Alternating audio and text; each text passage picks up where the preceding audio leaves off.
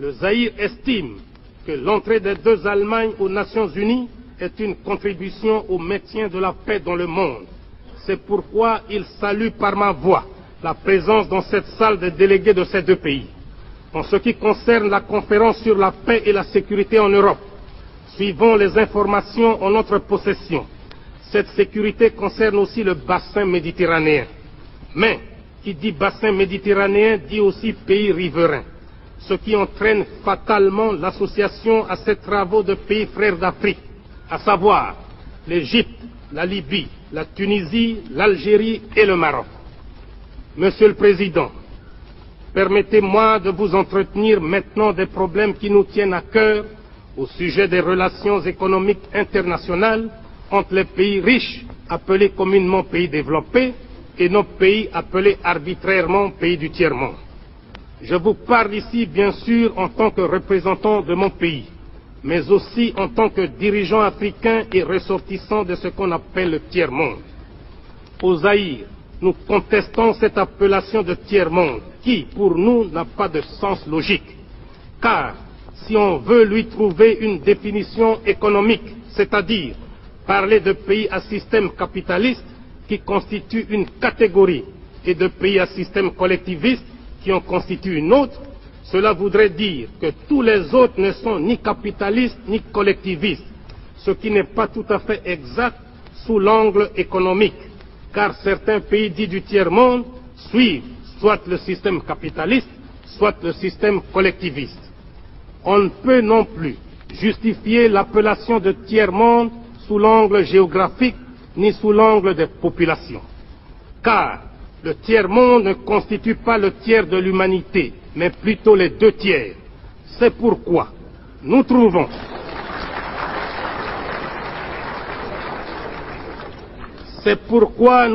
qu'en fait, le terme de tiers-monde s'accompagne d'une idée de mépris, et par conséquent cette appellation est surannée. Pour les gens qui l'ont inventée, il existe des pays qui forment le bloc de ce qu'on appelle l'Ouest, et les autres qui forment le club de ce qu'on appelle l'Est. En dehors de cela, on met tous les autres dans le même panier sous le vocable de tiers-monde. Le mépris qu'éprouvent certains pays colonialistes ne s'arrête pas là, car ils avaient commencé par appeler les pays dits du tiers-monde pays arriérés. Les auteurs eux-mêmes, trouvant ce terme trop fort, ont cru l'améliorer en lui substituant celui de pays sous-développés. Et maintenant, soi-disant pour éviter des susceptibilités diplomatiques, on nous appelle pays en voie de développement. Au Zaïre, nous nous demandons ce que signifie exactement le développement. Peut-on appeler pays développés des pays qui possèdent un nombre impressionnant de voitures, qui construisent des milliers de kilomètres d'autoroutes, qui polluent les eaux, les mers et l'air?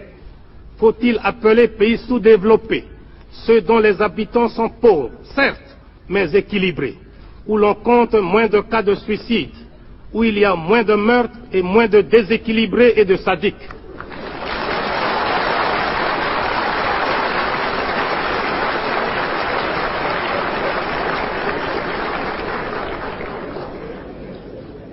Je vous avoue que je n'ai jamais considéré le Zaïre, mon pays, comme sous-développé, car mon peuple est discipliné, travailleur, digne et fier, alors que les pays qui se disent développés sont le théâtre de désordres sociaux, de grèves sauvages. C'est pourquoi nous préférons au terme de développement celui d'équipement. Nous reconnaissons volontiers que nous sommes sous-équipés par rapport à d'autres pays. Et c'est d'ailleurs comme cela que les spécialistes de l'économie occidentale l'entendent quand ils veulent bien l'avouer. Les États-Unis d'Amérique se trouvent à la tête du club des 10 pays les plus riches du monde. Ils l'ont prouvé en débarquant les premiers un homme sur la Lune. Mais on ne dit jamais que les 9 autres sont sous-développés par rapport aux États-Unis. On dit tout simplement comme nous qu'ils sont en retard d'équipement par rapport aux USA. Ce qui précède prouve que le concept pays en voie de développement est impropre et un faux prétexte, car chacun de nous a toujours un plus équipé et un moins équipé que lui, et que nous sommes tous en perpétuel développement, c'est-à-dire en fait en voie de développement. D'autre part, ceux qui se disent développés devraient se rendre compte de la prise de conscience par les pays sous-équipés de leurs conditions.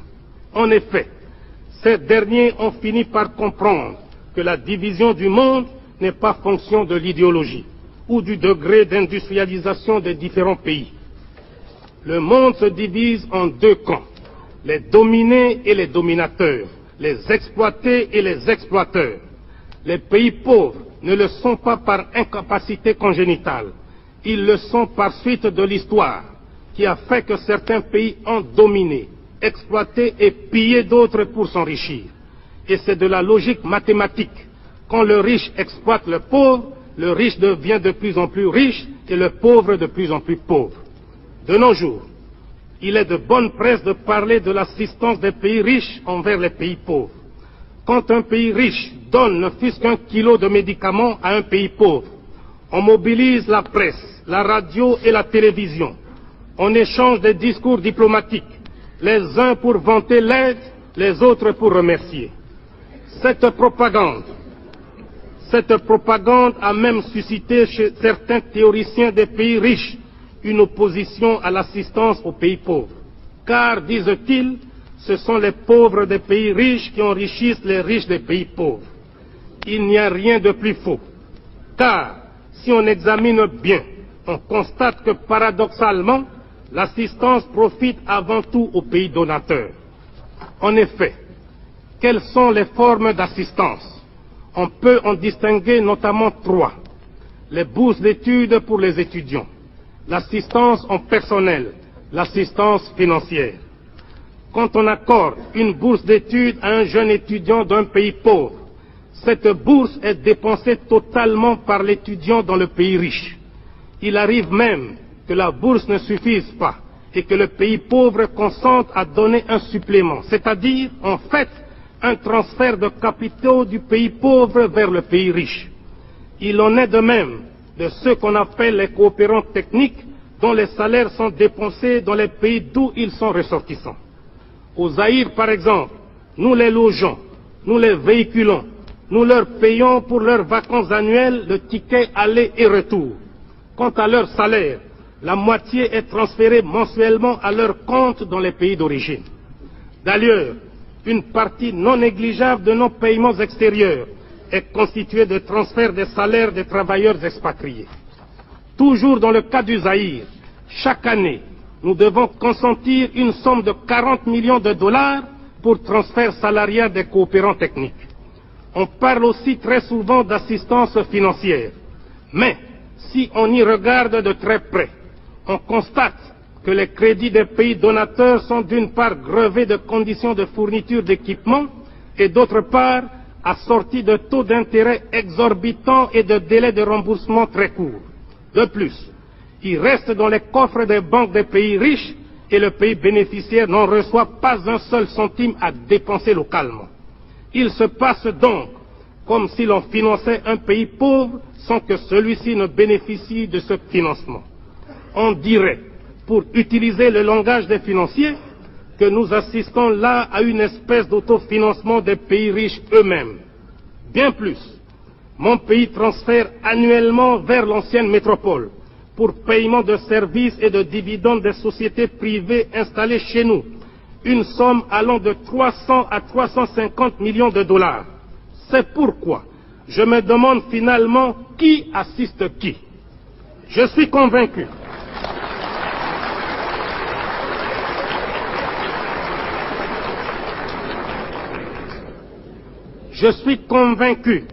que dans ce domaine précis, nous ne parlons pas le même langage. C'est pourquoi, si réellement les pays riches veulent aider les pays pauvres, ils doivent les mettre à l'abri de crédits fournisseurs, de bureaux d'études et d'experts internationaux. Je m'explique. Pour un oui, pour un non, des commerçants sans scrupules de l'Occident nous proposent des crédits fournisseurs tous azimuts. Ils peuvent vous vendre du papier, des cigarettes, de l'eau et même du vent avec soi-disant des facilités de paiement sans tenir compte de l'aggravation de votre endettement extérieur. Les pays riches ne devraient pas seulement se préoccuper d'aider leurs industries à exporter à n'importe quelles conditions, mais ils doivent également tenir compte de la situation financière des pays importateurs. Je vous ai dit tout à l'heure que nous, Zaïrois, nous préférons le terme d'équipement à celui de développement. Il n'y a pas de honte à reconnaître que nous sommes en retard d'équipement par rapport à beaucoup de pays du monde. Cela est dû surtout à un manque de cadres suffisant. Ce déficit en cerveau a créé une catégorie d'individus qu'on appelle les experts. Les 10 experts devraient être appelés pour un travail précis et pour un temps limité, en attendant la formation de leurs homologues. Mais on constate très souvent, hélas, qu'au lieu de se considérer comme des éléments de conjoncture, ils tiennent à s'attacher à leurs fonctions, notamment en travaillant en vase clos, cachant les dossiers pour qu'on ait éternellement besoin d'eux. Quant au bureau d'études, ils sont comme la langue des hommes, la meilleure et la pire des choses. S'il est vrai qu'un bon bureau d'études pour faire une étude utile au pays, il est aussi vrai, hélas, que chaque bureau d'études ne fait pas souvent son travail pour aboutir à une solution, mais pour identifier de multiples problèmes qui suscitent de nouvelles études. Beaucoup de bureaux d'études ne font donc pas leur travail pour solutionner un problème, mais pour se ménager de nouveaux marchés. Si j'émets des critiques sur l'organisation d'assistance technique, ce n'est ni pour le plaisir de le faire, ni que je ne remercie pas sincèrement tous ceux qui ont aidé mon pays à sortir de cette difficulté, mais parce que j'estime qu'il y a d'autres voies plus désintéressées et plus efficaces. Je n'en veux pour preuve que la coopération sino-zaïroise. En effet, depuis le mois de janvier de cette année, le Zaïre vit une expérience unique dans le domaine de la coopération. Il s'agit de l'aide que la Chine consent à mon pays.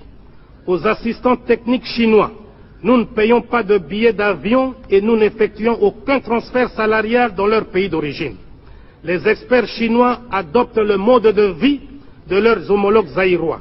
Le chinois se déplace, loge et se nourrit exactement comme son homologue zaïrois. Dans le domaine de l'assistance financière, la Chine nous a accordé un crédit important à très long terme et sans intérêt. Voilà, à mon avis, un bel exemple à suivre quand on veut aider un pays sous-équipé.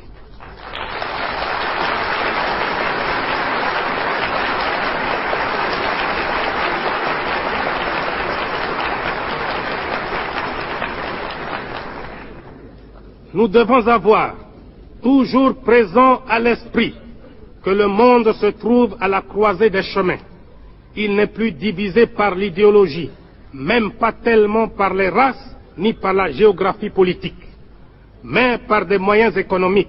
Et c'est là que réside aujourd'hui le véritable nœud des relations entre les pays du monde. Plus d'une fois, les pays pauvres ont lancé des cris d'alarme auprès des riches pour comprendre leur situation précaire dans le monde économique d'aujourd'hui. Le dernier sommet des pays non alignés à Alger, dont le compte-rendu sera donné à cette tribune par le président en exercice, Boumedienne d'Algérie, a souligné sans équivoque le danger de laisser persister une telle situation d'une injustice flagrante. Nous avons plus d'une fois dénoncé le scandale de la détérioration des termes de l'échange et certains théoriciens de l'Occident, pour se donner une conscience tranquille, essaient de démontrer que la qualité des produits finis a augmenté, alors que les matières premières étaient restées les mêmes, que donc il est logique que les produits élaborés se vendent beaucoup plus cher que les matières premières. De telles théories dénotent une mauvaise foi manifeste. Prenons un exemple. Dans la constitution d'un repas, on peut avoir de la viande, des légumes, des fruits, du café, du thé. On peut considérer que ces produits n'ont pas beaucoup changé depuis des années. Mais les prix des produits des pays riches, la viande par exemple, galopent dans des proportions inquiétantes, tandis que le café et le thé restent toujours sujets à des fluctuations permanentes. Le caoutchouc que nous produisons est moins cher que ce qu'il coûtait il y a 20 ans, tandis que les pneus que nous achetons n'ont jamais cessé d'augmenter de prix. Le pétrole produit par les pays sous-équipés se vend moins cher que l'eau minérale produite par les pays équipés. Tout cela Tout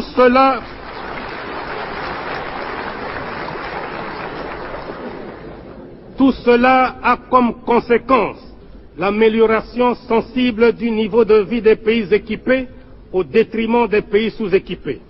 C'est ainsi qu'à titre d'exemple, les paysans des montagnes du Kivu qui cultivent le thé sont toujours pieds nus, alors que les responsables de Lipton qui commercialisent le thé zaïrois se prélassent dans les meilleurs palaces du monde. Je pense que cette injustice vient du fait que les pays riches sont en même temps juges et parties, car ce sont eux, et eux seuls, qui fixent les prix de nos matières premières et les prix de leurs produits finis. Cette situation est souvent aggravée par la politique des grandes sociétés multinationales, qui, quand elles investissent dans un pays donné, elles ne s'intéressent pas à celui-ci, mais uniquement à leur profit. Et quand ces sociétés s'installent chez nous, elles ne créent pas une nouvelle société, mais une dixième, une centième, si pas une millième de leurs filiales. Et le pays hôte devient ainsi un simple pion à la merci de la force et de la puissance de la société multinationale en question. Le problème des pays pauvres est une simple transposition à l'échelle mondiale des problèmes qui se posent à l'échelle nationale. C'est ainsi que les travailleurs et les paysans se révoltent souvent dans les pays riches, et les responsables de ces pays le trouvent normal, tandis que notre révolte, tout aussi légitime, est qualifiée d'inconscience, de démagogie et d'instabilité politique. Il est donc tout à fait erroné de croire que l'aide des pays riches consiste en ce que les pauvres des pays riches enrichissent les riches des pays pauvres. Je crois que vous concluez avec moi, d'après ce que je viens de démontrer, que ce sont les pauvres des pays pauvres qui enrichissent les riches des pays riches. Il est temps, à mon humble avis,